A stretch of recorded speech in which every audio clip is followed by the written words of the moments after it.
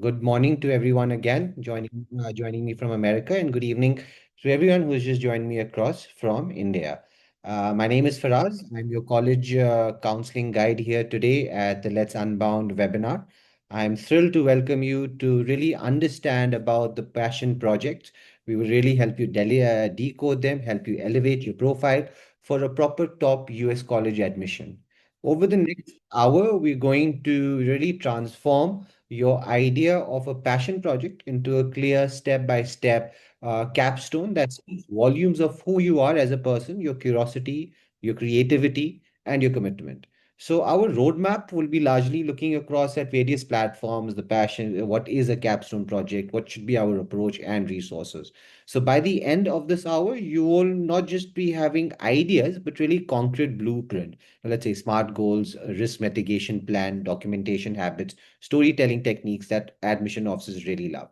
So let's start with our topic. But before we get into the whole aspects of decoding the projects, just want to get to know a little bit of the students who have joined us across today. So I'll just release a couple of polls if you could quickly just answer them. Firstly, starting with the grade of the students that have joined us across. So all kids in grade 8 and below can select the first option, and then you could typically put in your votes dependent on the class that you're in. A lot of students, largely from grade 9, grade 10, that's where the highest population is there. A lot of good students there, a good number of students in grade 8 and below. So we've got quite a good population that have joined us across.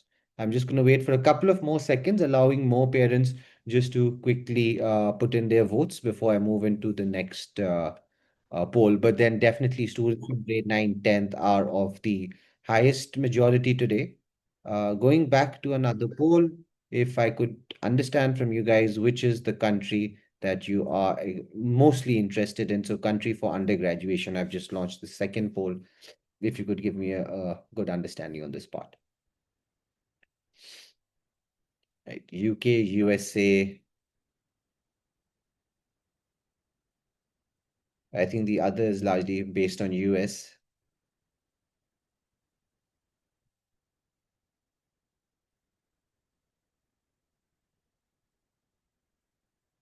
Right. And one last poll, if I could just to understand which are the majors the students are interested in.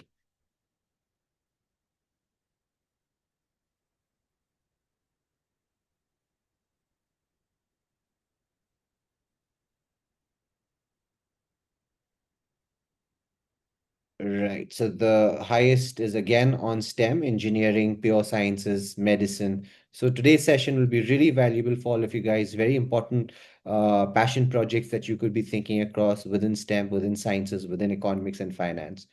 Right. So I'm just ending the last poll. And now we will just quickly move into the next set of introductions, giving you an understanding about the organization at hand as well. Firstly, our co-founders, Amol on the left. Amol is a serial entrepreneur when it comes to starting up organizations, really focused in terms of admissions. He has got experiences within Tata and Exceed, which is India's largest school-led tech platform. Amol has helped scale impactful solutions right across 2,000 schools in 6 countries, impacting more than 250,000 students.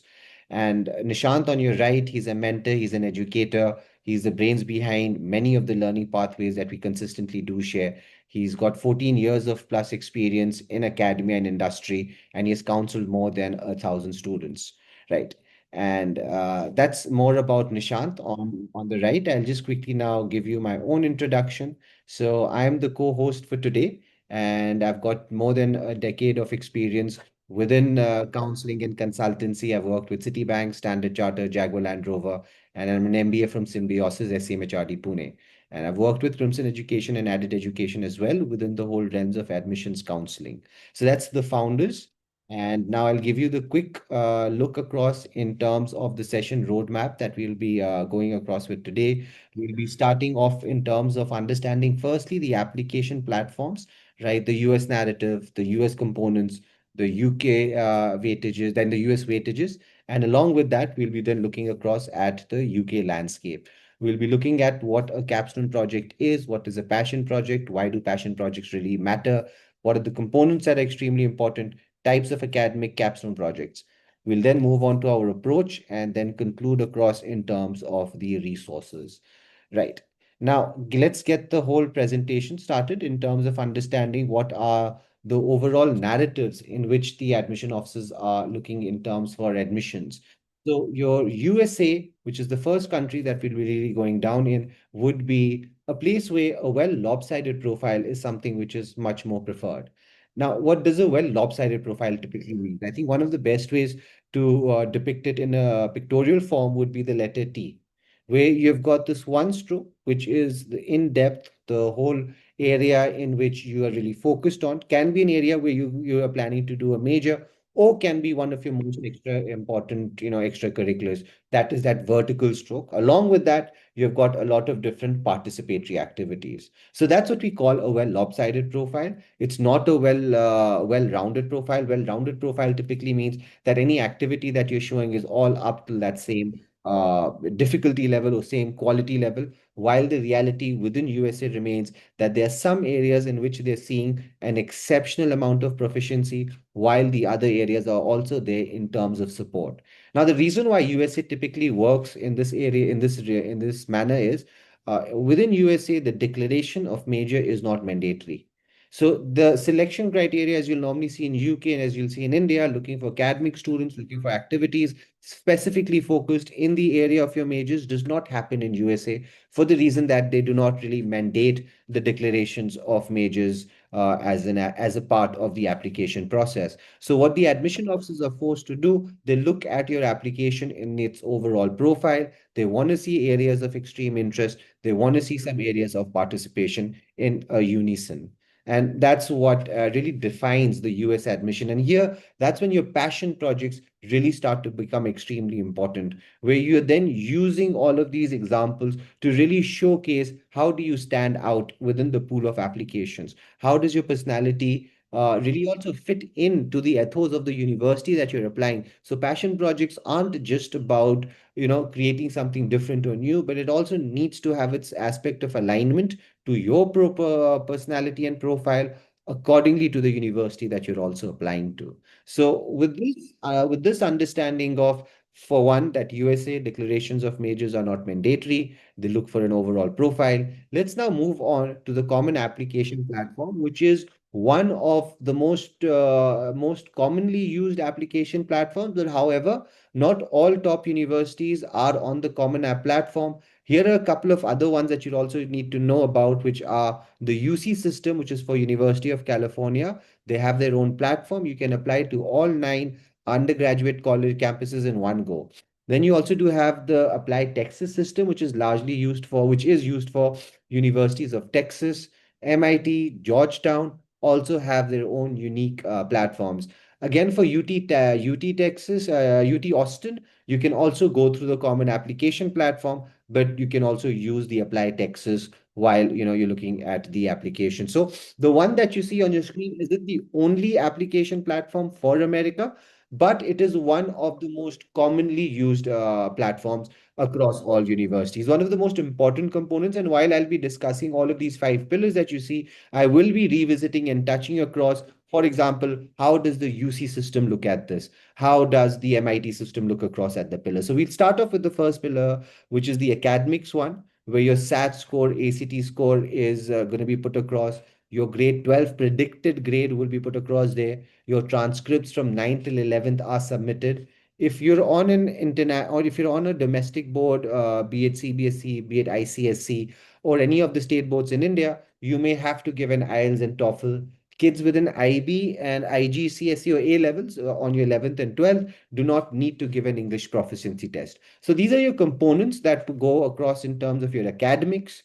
If you're applying in terms of UCs, the only difference that the UC system has, the first component of SAT and ACT is not relevant because universities of California are test blind. They do not look into your SAT score or ACT score. Otherwise, the whole list exactly remains the same. When it comes to MIT or Georgetown, all of your Texas universities, your SAT score is an important component. So this whole first academic pillar looks approximately the same.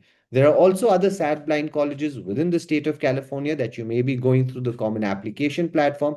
You would have, I mean, if your total application list has zero I mean, mandatory colleges. So even within your common application, you may not have a SAT score. So your SAT score is the only differentiating factor within the academics if you're doing a platform to platform comparison. Now, coming on to the second pillar within your application are the extracurriculars. Within the common application, you're required to submit 10 extracurriculars, which can be in almost any area. For example, your sports, music, internships, research, academic clubs, community service, almost anything that you could be using across. And you would be given a specific character limitation to have this put across, right? 150 characters to describe the activity. Now, if you move into your UC platform, UC is a little bit different when it comes to activities. You need to put down your activities into four different categories, and it's going to be 20 activities rather than just 10. The four categories that they put across, it's volunteering, work experience, academic programs, and extracurriculars. Now, if you have to look into the MIT process in terms of understanding your curriculars, they will only ask for your top four.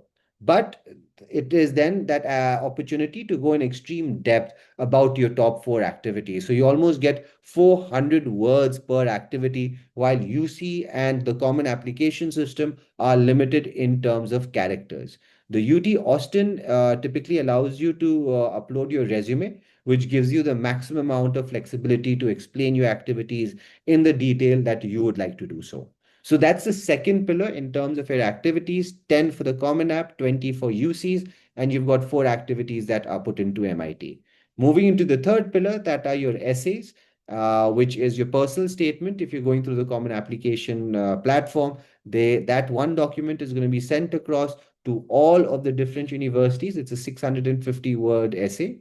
Along with the personal statement, every different university within the Common Application system would ask you for one to two or three essays. So, for example, if you apply to Harvard, if you apply to Dartmouth, if you also extend this application to Columbia, all three of these universities will get the same personal statement, but all three universities will give you a list of essays to select from and submit those college-specific essays.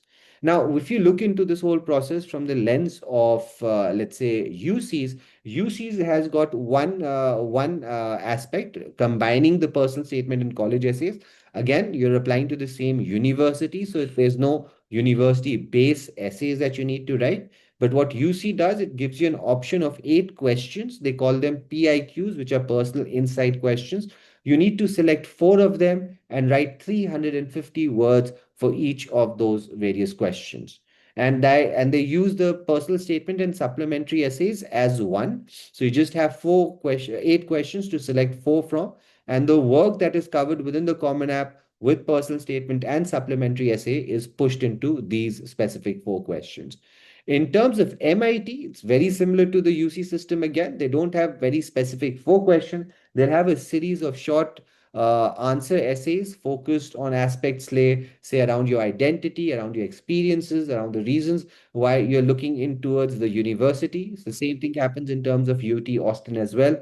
They would ask you to write short essays, which often, again, focus on your identity. They focus on your environment. They focus on the reasons why you would like to come across to the university and study. So that's a third pillar within the within the US application. Now, at this stage, you would see your passion project or the topics that we'll be discussing across today can be touched based into two parts. The second pillar, if your passion project is a research paper, it's an internship, it can be a community service project as well. It can find a really good place within the second pillar of your extracurriculars.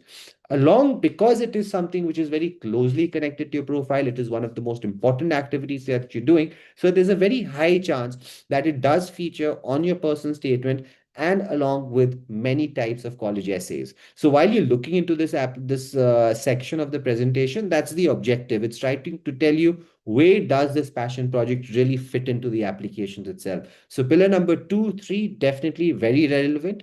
And also within the pillar of 4, which is your letters of recommendation. This one part of the application is that you do not write, and it is incredibly important. A strong LOR, as we normally put across, should be specific, personal, and it should be done in a way that if the admission officer has read your overall application, covers the name written on the LOR, they should be able to understand that this document has been written for this one specific application. And here become the usage of, I'm sorry, the usage of your passion projects become extremely important, because those are your key ways of how you can differentiate yourself from all of the other applications. Those are the differentiating factors that your teachers can also speak in terms of your letters of recommendation. Also, do remember there are a lot of kids that get into competitive summer programs, competitive internships as well, and then they take letters of recommendations from those institutes. So those letters of recommendations can also go along within the two LORs that you need to submit. And that's how, again, your passion project, your application process, pillar number 2, 3, 4 are connected. And the connection that you see with your activities in terms of letters of recommendation is exactly what you see in the fifth pillar within your interviews with alumni. So when you're in face to face with a ex-student from your country, there's a high chance that the person may start talking about those activities that you've written on your Common App, which will be one of your passion projects, your top 3, 4 activities. So you can see that this one part of your application really falls apart of pillar number 2, 3, 4, and 5. Everything is, can get a touch base, can get a boost if you're getting this part right. Now, just to show you why your passion project even becomes more so important, rather than just showing you that within your application zone there are 4 places that it's going across. Just look at the way the importance can be put across from the admission officer's perspective. So an admission officer puts 40% focus within academics, your grades, your SAT score, your ACT score, 9 to 11 score, all of these various activities is just down to 40%. They put 30% focus on your extracurricular and leadership activities. This is the zone where your passion project is typically going to be placed across. Then you look in top, the other 30% is the common application platform itself, the personal statement, the essays, the letters of recommendation. Here again, your passion project is playing a vital role. So overall, I'll say 60% of your overall application is aspects that are going well beyond your control of just academics. They're moving into your extracurriculars, and this is where while we're discussing over the passion projects become also more important. Now we'll just quickly look into UK, the UK process. I'll just cover up, I think, the next 2 to 3 minutes. It's once you've understood the US one, moving on the understanding in terms of UK is not that difficult. Now, within UK, one change that you need to make, while I was describing in terms of USA, I had stated that the declaration of major is not mandatory. That is not the case in terms of your UK application. Within UK, it is mandatory to declare your majors, unlike USA, where you would be applying major blind. Due to this change, every student declaring what they are there to study, the process is looking out for a scholar, a candidate who's really passionate, rigorous, resilient in the subject, in the major that he is looking across at. And whatever they'll be seeing within the application needs to be really targeted to the major that you're talking. We don't talk about well lopsided students. We don't talk about saying, areas that you may be good at, areas that you're indifferent at. You only want to talk about the areas of the major that you're studying.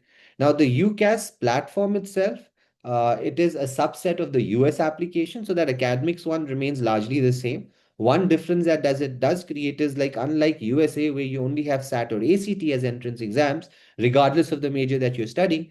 In UK, you have major-based entrance exams. Then you've got your grade 12 score, you've got your grades from 9th to 11th, IELTS and TOEFL. You make 5 applications to UK. All of the universities run exactly as this. This is the academics you need to submit within the form and state out your 5 applications. Moving across there, you've got 3 questions. They don't have essays. The 3 questions, they're fixed. They're not there from a list of 6 or 8 that you select. They want to understand 3 things through these 3 questions, which is one, why this course? Second, how have your studies prepared you? Third, what have you done beyond your classroom? So think of them as a story in 3 levels: hook with intellectual passion, prove subject mastery, finished with impact and reflection.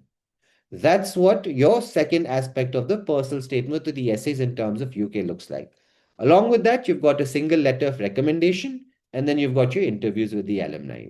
Now comes the question, where does the passion project become so important? Question number two, question number three. How have your studies prepared you?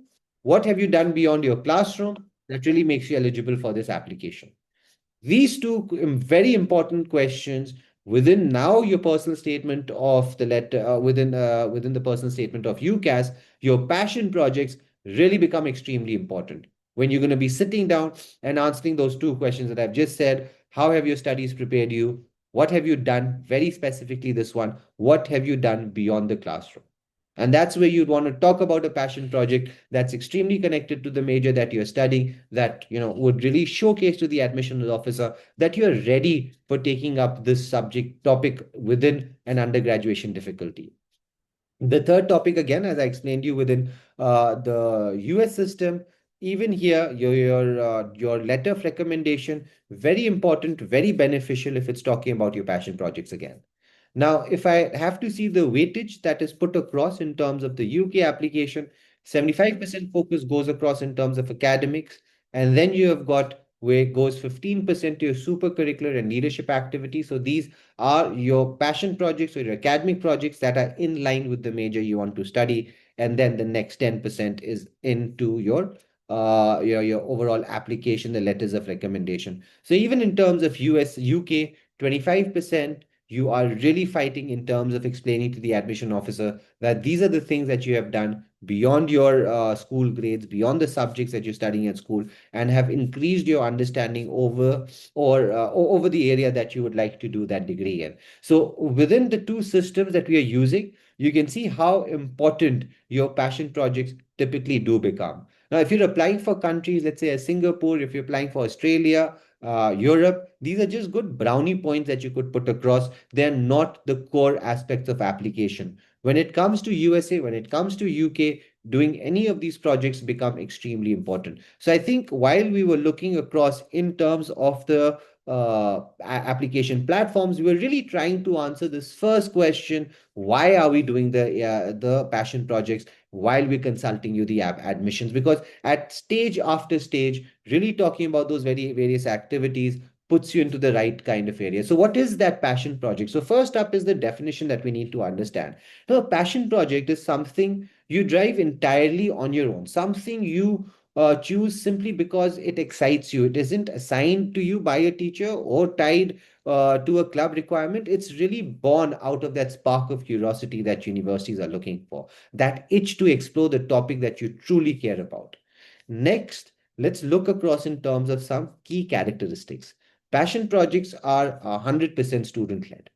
You set the goals, sketch out the plan, carry it through every phase. They result in tangible outcomes. Whether it is working on a prototype, it's publishing an article, it's a community event that you organize, and crucially, you reflect on your own journey. You document what you have learned, you really iterate based on the feedback, and what you try to show across is a growth story while you're trying to narrate this if we use it across in any of your documentation. Finally, in terms of the forms and impact your project might take, maybe you embark on a research that uncovers new insights. Maybe you launch a community startup that solves real world need or real world problems, or perhaps you just create a piece of art or a short film, a digital experience that captures your unique experience. So whatever the form, your passion project really demonstrates initiative. It should showcase your depth of interest.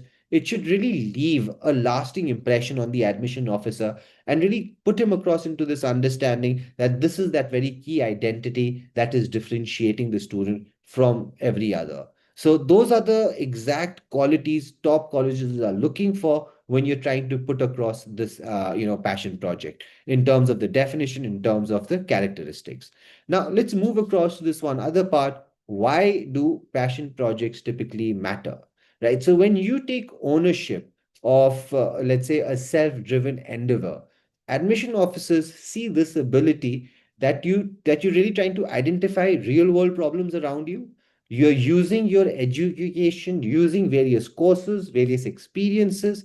You're setting out your own goals. You're persisting through those challenges. So, unlike in class assignments, these projects require you to learn new skills on the go, learn new understandings on the job itself. So it's a very adaptive way of a learning that these admission officers are looking for within your passion projects. And remember, the key about all of this is that this is a self-driven endeavor. And that is when all of those learnings become extremely important. And that's when you could show them that on the job, how have you been able to develop those new skills? And again, that's the same thing when you talk about a research paper. When you've gone ahead and done, for example, statistical learning with Python, statistical learning with R, using Stanford Online, using Harvard Online, you may have taken an AP statistics topic. You may go on and do AP research, collect all of this knowledge, and then you're trying to showcase them within a research work. So that is a passion project research work. Otherwise, there may be a student who may just,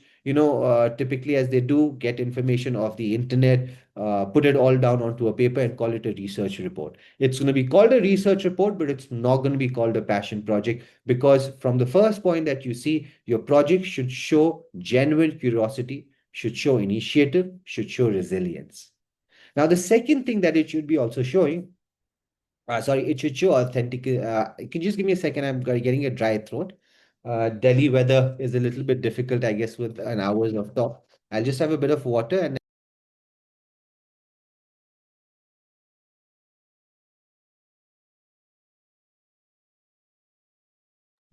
right. So as I was saying that your passion project should really try to show the right kind of authenticity. It should be sustained interest and leadership and real world application. The passion project isn't just one-off event per se. It's like a multi-phase journey that should be highlighting your commitment, not over just a couple of, let's say, days, weeks, or just months. We want to start, let's say, a passion project on an activity that could show an initiation somewhere around grade 9, grade 10, and as an activity that has grown across all of those various years. So whether you're, organizing a community initiative, you're trying to develop a technical prototype, or publishing an original research, you demonstrate not only what you know, but how you actually led, how you collaborated, and how you applied the knowledge to make an impact. And your authenticity is really very strongly connected by the process that you have defined within it and the real world application that you're trying to look across with it. So again, that same example, if you're taking up a research which is already available on internet, you're not going and collecting primary data by yourself, the amount of authenticity, sustained interest, and leadership, very importantly, cannot be highlighted. So it's a research project, it's not a passion project, right? If you again think in terms of internships as well, if you're looking at long projects, if you're looking at a project with a specific outcome which adds that authenticity, it increases it from just an internship to a passion project internship. So again, a passion project, as you'd be now understanding, is not just a very specific or individual activity. It is that research, it is that internship, but it is with these two characters that I've just spoken across, where it then goes away from just being a research paper to a passion project research paper, right? Another thing, what why your passion project really matter and really important, they help you stand out just from beyond your test scores and grades. In a pool of applicants with similar GPAs, with similar SAT and ACT scores, a well executed passion project becomes your unique story. It becomes your why that cannot be really quantified into numbers alone. It gives you that concrete evidence of intellectual curiosity, personal drive, and really provides you rich materials, honestly, for your essays, interviews, recommendations, personal statements. So all of that really comes across and helps you stand out within that application cycle. So these are the three most important reasons why I'll say that a passion project really matters. And while I was describing that it matters, this is how you really differentiate it as well, and how you differentiate it from a regular extracurricular to your most important. And again, as I would say, your passion projects are your top three, top four activities in terms of UCs, in terms of common app as well. And when you really do your MIT one, you have an opportunity to just talk about four. So your MIT extracurricular list is totally about the passion projects. And these are the three things it should go across an answer. And that also becomes of why are you doing it? So why are you doing it is the objective of also doing it at the same time. Now, moving on to a quick definition of intellectual curiosity. You'd see I just used this word intellectual curiosity while I was trying to sum up in terms of how does the passion project really gives you that concrete evidence of intellectual curiosity. Now that comes across. How do I go ahead and describe intellectual curiosity, intellectual vitality? What are these topics? So this is an admission officer that I got to work with a couple of years ago in my previous experiences. And it's a really interesting note that I had taken a screenshot from his documentation, where the university really notes down that intellectual vitality, and I'm just paraphrasing it for you, is oftentimes easier to identify rather than simply define. It can take a lot of college courses, forms of college courses, APs, academic summer research projects, but that does not guarantee the enjoyment or the engagement in the learning process. Nor is intellectual vitality doing all of these activities thinking that you are looking as distinctive in the application pool. So just by doing different activities, just by doing internships and research papers and summer programs, it does not automatically make you a student who may be considered someone with high intellectual vitality, someone who really enjoys the topic that they're looking at, or someone who really engages it at the right level. Now comes the question, how do you really look at a project and define intellectual vitality? So I worked with this one student a couple of years ago within Bombay, and she was looking for admissions within medicine. She started to work on a research paper that correlates the effect of malnutrition over miscarriage. Now, this research paper ran across from 8 months to 15 months. At the end of the day, when the report was written out, it was also published in a medical journal. So that kind of research project became a passion project because it assumed significant responsibility of their own learning process, that leadership aspect that I spoke across in that previous slide, right? That it shows the sustained interest, it shows the authenticity while she was working on this. At the same time, it shows maturity, self discipline in fulfillment of a project, often well beyond the limitations of a school assignment, right? And that's again where that whole part of sustained interest, long term engagements really comes across, along with initiative. All of these various aspects coming together would then define a passion project, as I've just taken and defined a research paper that could be really spoken in terms as a passion. Now let's just move across in terms of another kid of ours who has been accepted at MIT, and he's really talking in terms of this one project that he worked across. Right, just give me a second. Yes.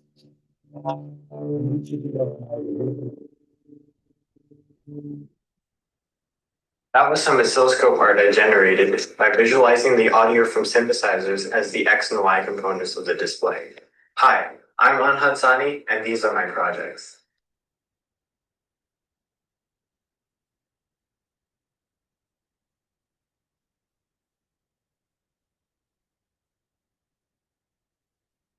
Many of the things I build involve unmanned aerial vehicles, like the solar-powered plane from my internship at the Charles Drac Draper Laboratory. Or my latest project, these drones and custom virtual reality headset, which give me a 3D first-person piloting experience. Making PCBs is a key component of many projects. Being able to build compact, precise, and reliable electronics is essential to taking a project from prototype to effective solution. Once the components are placed on the board, it's ready for baking in this toaster oven I modified for reflow soldering. All right, we have a control board for my longest running project, the drone swarm. I have taken this to 3 hardware revisions, designing a custom flight controller, calibrating the thrust of each motor, and creating my own algorithm to integrate accelerometer data into velocity while compensating for orientation changes and drift. There are many more projects in the PDF and on my website, like the robot from last season's first tech challenge, this simulation of Conway's Game of Life that I implemented on an FPGA, these microfluidic devices that I 3D printed using stereolithography, or this Java software I wrote to render fractals using high-performance graphics processing hardware.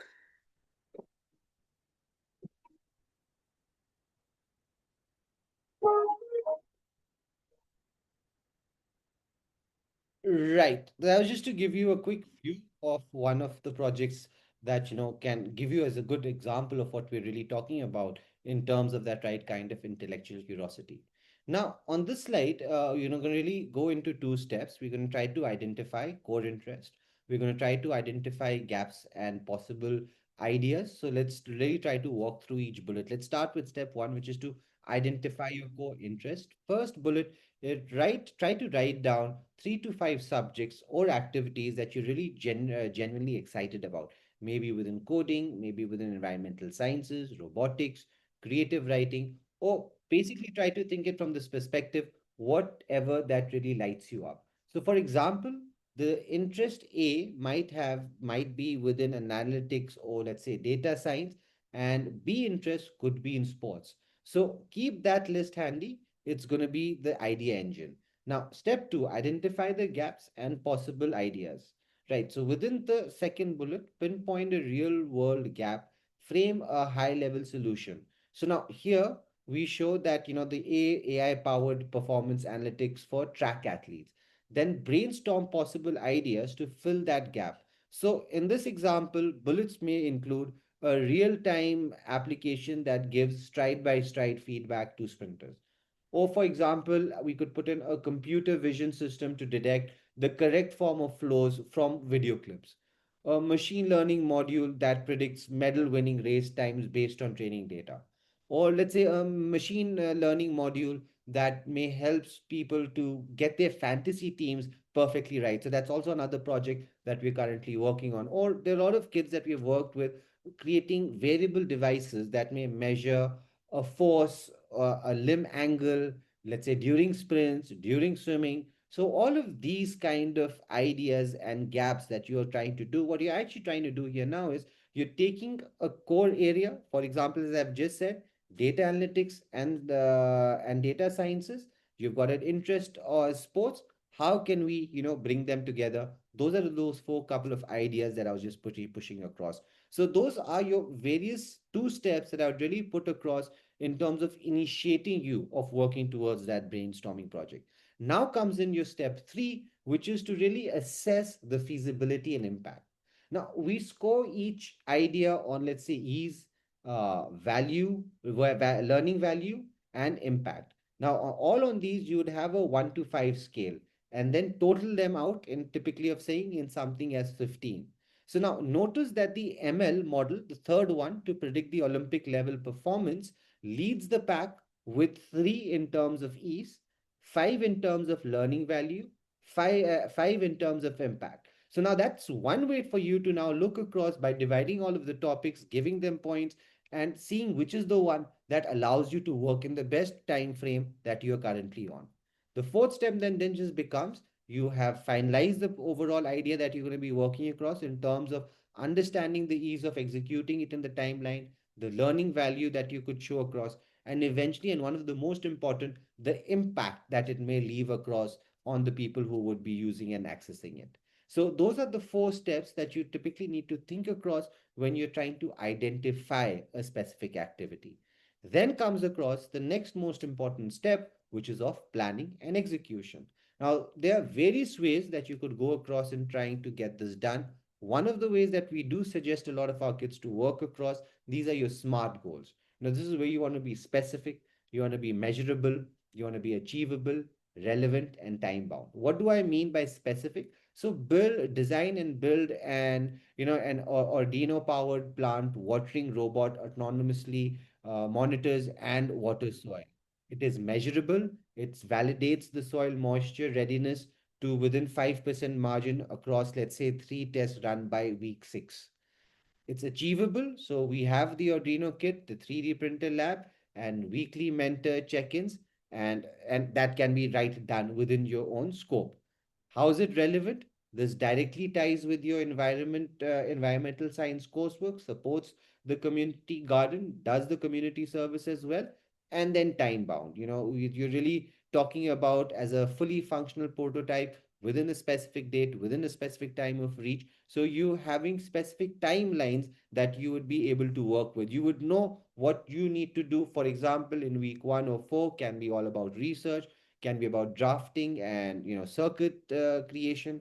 Then you move your week 5 or 8 into, let's say, assembly, initial testing, And then, week 9 and 12 is really about refining the hardware, the code, or running some tester within the garden. So all of those various steps then become a kind of a timeline that you could typically work across on. So again, firstly, start across by creating or understanding which is the topic that you want to work with using that ease, learning value, impactful formula. Then moving on to the next part of, looking into creating your SMART goals, understanding how achievable and measurable your activities need to be. Now moves on to the third part, which is extremely important in terms for your application, which is documentation and reflection. So, it's really about maintaining a perfect documentation methodology. You could use Google Docs for this, you could use Notion for it. So every time you tweak a code, test a sensor, or adjust your, robot chassis, log in the date, what have you changed, why have you done it, how is it really impacting your project. So in future, when you're really trying to introspect over the journey that you took over this activity, you get a lot of good material just from the folder. And what am I really talking about? Just documenting your personal statement, your essays, the brag sheets for the letters of recommendation. They are very important. So you need to have a specific journal where all of this is being recorded. So whenever you need to extract information, everything is available at a single place where you can, pull out from. Secondly, be make sure while you're working on your passion projects, you're constantly collecting evidence. You're taking snapshots of each prototype stage. You try to save the data charts and track, for example, the soil project that I was talking about, let's say the soil moisture accuracy. You want to gather testimonial quotes from, for example, the mentors that may have helped you, maybe the community around you that may have helped you as well. And lastly, always do have a lot of monthly reflections or quarterly reflections where you could look back in the last 3 to 6 months and realize what is the amount of growth that you have done. Are you still running on the timelines? Are we be able to finish before the application so we can showcase it in the right way of the application itself? And that takes me to the next part of the presentation, which is now, closing it in terms of how are you going to showcase this in your application. So as I had even told you while I was running you through those application platforms, within the activity list, it is a very important part. You're going to put in your title, you put in the description, you put in the hours. You have to write there for how many hours a week do you do it, for how many weeks a year do you do it. Have you been doing this from grade 9 till grade 10? So this is how you'll be really defining your passion project. And then that's only just within the activity list. Moving on to the essays, you really want to weave in the why behind your project, right? Don't just describe the steps. You want a narrative arc. Talk about how witnessing, for example, water scarcity in your community inspired you to build a solution, and what challenges that you overcome, and what was the impact did you eventually leave. Lastly, in terms of recommendations, it also does leave you in the right spot. If you've done a good passion project out there, there was a mentor, there was a reviewer, make sure that you're getting those letters of recommendation so you're able to showcase it perfectly within your application. So this is exactly where all of those various activities are typically laid across on. Now, before I close across, just three, quick pitfalls that we typically see students fall into while they're working on this. It is overscoping. So don't try to bite off more than you can chew. Remember the one part that I had spoken while we were deciding the topics of your passion project. Do look into the ease of it as well, not just the impactful. Don't just try to think if I'll just do something extremely out of the world and it's also going outside the scope of your work. And it may be something that you're not able to complete before the deadlines come. And also, it does risk you burning out. So instead, try to pick up something which is manageable on the core first, prove your concept, and then try to scale it across. The second thing is the opposite of the first, which is shallow involvement. Admission officers really want to see depth when they talk about the passion projects, and specifically, you have to go beyond breadth. Show the sustained engagement rather than just, let's say, making it a one-off event. It's better to lead a single project for 9 months rather than to go through 10 in, let's say, 8 or 9 months. Third, neglecting reflection. Now, without introspection, you lose the so what. What makes your story compelling? Always pause after milestone to ask, what did I learn? How did I grow? What is the reflective practice that I need to take out from this project? Right. So this is the next part of that. This is the last part in terms of the passion projects that we are really talking across on. Now, we'll just move in terms of looking at some of the research project, some of the passion project as examples. So I'll just show you this one, which is within competition. So if you're really thinking about a passion project, you're thinking in terms of competition, looking into a blue ocean competition is something really well. So it's around a global youth entrepreneurship competition focused on innovation and social impact. It really helps you build a good blue ocean strategy thinking, right? Why do you compete on it? It showcases leadership, it shows creativity, problem solving, and strengthens your college application properly. The key benefits for the students, it's an expert mentorship and feedback. You get fantastic networking opportunities with peers, with judges, and industry leaders. So, in terms of competition, a passion project that can be advisable can be something as a blue ocean strategy. Internships and research papers are again fantastic opportunities in which you could go ahead and create a passion project. Firstly, why an internship itself? Because that's one really opportunity if you can create it through the right kind of connections where you create it based on the knowledge and the courses that you have done, or let's say a research that you have done prior, it really creates an individualistic kind of an internship. So that becomes really well valued along with research itself. Again, the same thing comes across the whole research aspects that I was describing you about. It should showcase, learning initiative. It should showcase initiative going well beyond the scope of a school assignment, and then it becomes what we would like to call in terms of a passion project research. Now, the approach that we largely take across when we start working with students of, common pathway that we've seen, 93% of our students really understand just seven career options. Parents really struggle to understand complex university applications. And what we then do across for kids is we create a complete process around it, where we put input in terms of understanding the student, psychometric tests, various meetings, and then we move into the college counseling, the profile building, and it's at this stage that we move properly into the capstone projects, where we understand the various interests that you have, the merger points that we could create, the individualization that we can put across. And then, we move into the application and admission guidance and conclude in terms of visa and stay, assist guidance. Right. The other, services that we also do provide beyond, let's say, defining it in terms of applications, we'll give you support in SAT, PSAT, APs, school scores. We'll help you in your leadership and passion projects. We'll give you complete support in terms of the internships and researches that you need to create, and then concluding it with the complete admissions prep journey. Right. Now we'll just move across to a various set of success stories that we do share across. So this is a student that I had worked personally with, had gone on to Dartmouth, and where he got in a score of 1550 within SAT, a core reason for a top admission. But along with that, really good with writing, went across for an essay competition at Oxford, became a passion project for him, founded an NGO. That's a passion project kind of activity when you talk about community service.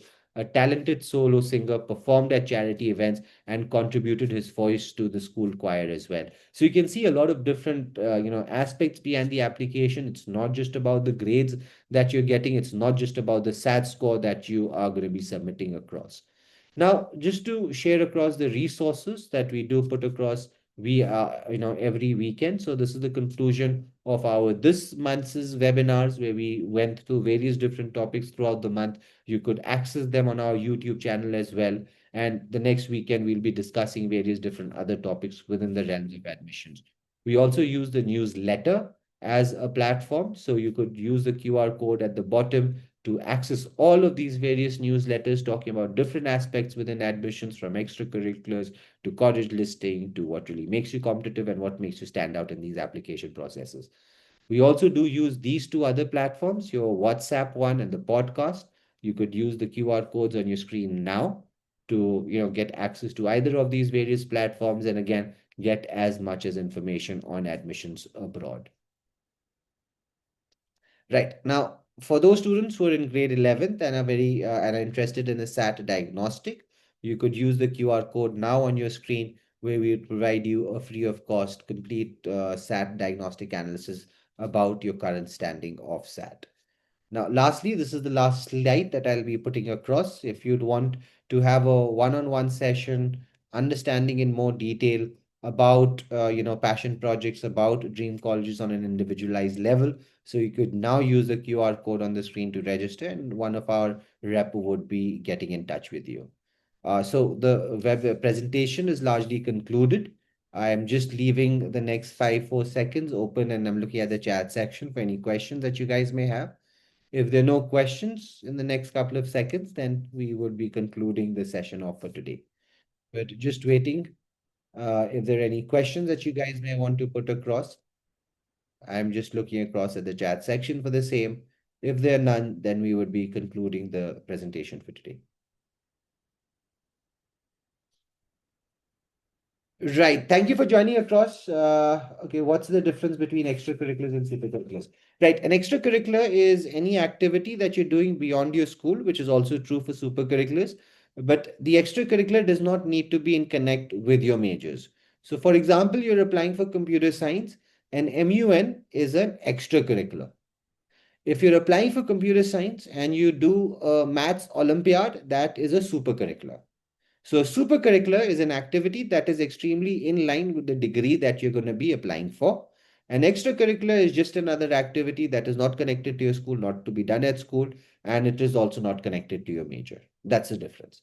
It is just basically saying the activity which is either connected to the major you want to study or not.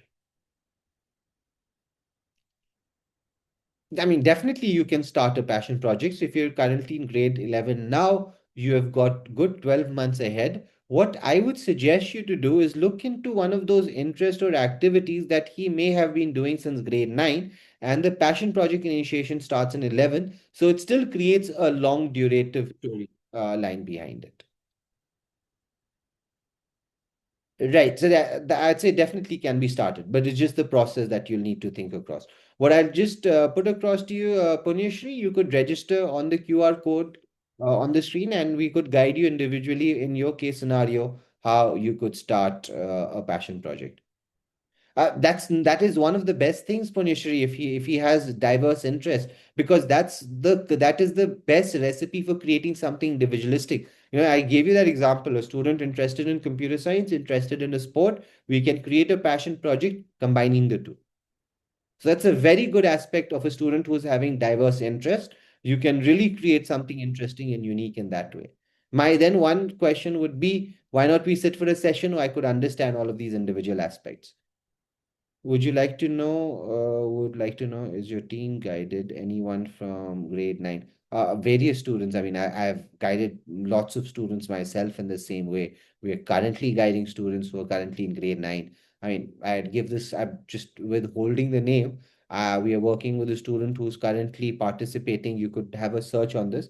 There's an NSS competition by NASA in which this is on space exploration and space settlement. So they're creating a space colony on in a universe away, and you get to create the whole setting, the whole system. So yeah, so that's one passion project that we're working in terms in that way. There's another student who's looking in terms of, let's say, admissions in medicine. So the whole passion project is around a community service that the kid is doing within Rajasthan, which is very focused in terms of women hygiene. So that's another passion project that I could speak to you about. Again, a student in grade 9th and 10th. So dependent, Kaushika, where your kid is currently in, I would be able to suggest you a good kind of sorry, I mean, I was saying this to Prashant, that we're dependent on what your student is focused on. We can definitely work on a passion project from grade 9.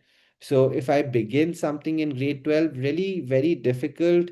See, your applications have already gone in terms of grade 12 for your early cycle, and your applications would be concluded in the next couple of months. So I wouldn't really suggest a passion project. Punishi, if you could just use the QR code on the screen, or you could just take down the number on the screen itself, we could, immediately connect with you. And I'd also just note down your name, Punishri, and that would be put across to my team as well. They will definitely get in touch with you, and we would set up this session itself. Right. So if there are no other questions, I would then be concluding the session for today.